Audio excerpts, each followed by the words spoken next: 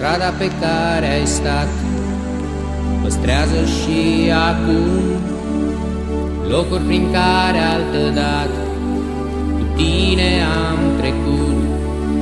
Când ploaia în parc ne prindea și totul era liniștit, trăiam clipe care aș fi vrut să n-aibă vreun sfârșit. Acum mi-e greu să mai cred că tot ce s-a întâmplat mai poate fi măcar odată, mai poate fi adevărat.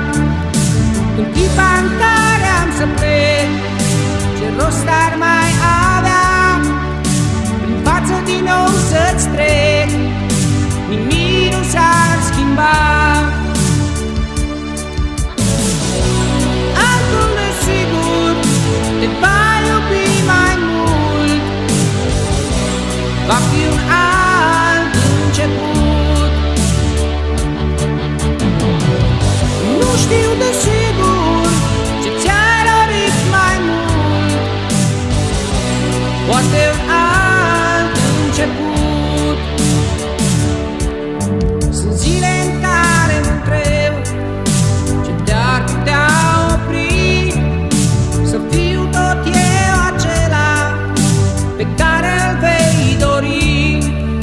Sunt singur de atâta vreme, singur și de mult. La ușa mea nici nu mai țin minte de când nu ai bătut.